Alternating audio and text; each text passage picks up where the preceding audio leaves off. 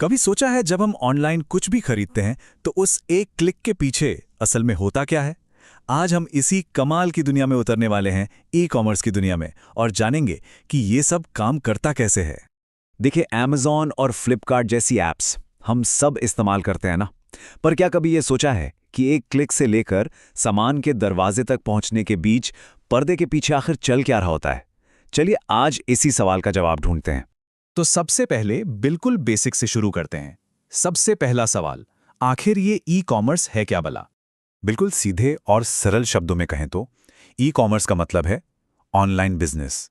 मतलब जब भी इंटरनेट का इस्तेमाल करके कोई भी चीज़ खरीदी या बेची जाती है तो वो ई कॉमर्स का हिस्सा बन जाती है। बस इतना ही सिंपल है। अच्छा, अब ऐसा बिल्कुल नहीं है कि हर ऑनलाइन बिजनेस एक जैसा ही होता है। अरे ये तो एक बहुत बड़ी दुनिया है जिसमें कई अलग अलग तरह के मॉडल्स काम करते हैं।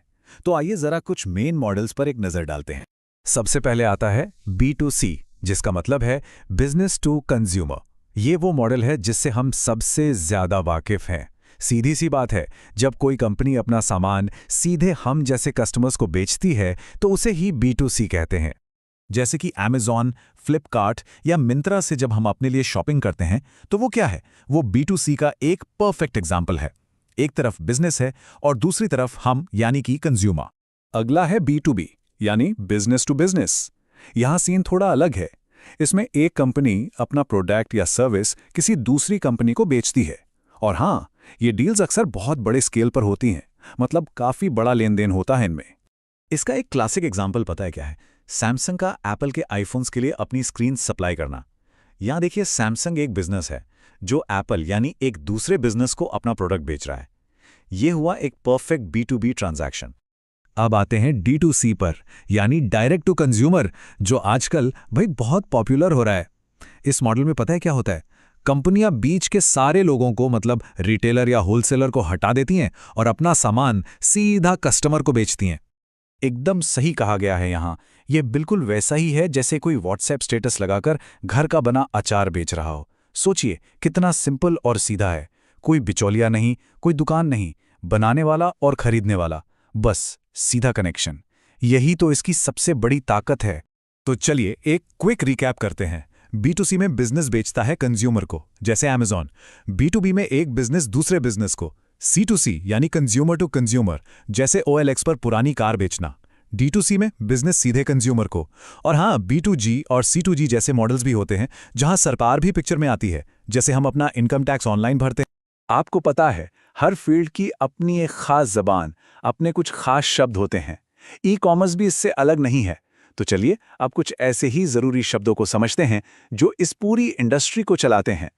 अच्छा, ये सिचुएशन तो हम सबके साथ कभी ना कभी हुई ही होगी। ऑनलाइन कुछ पसंद आया, उसे शॉपिंग कार्ट में डाला और फिर पेमेंट करने से ठीक पहले पता नहीं क्या हुआ, मन बदल गया और वेबसाइट बंद कर दी, है ना?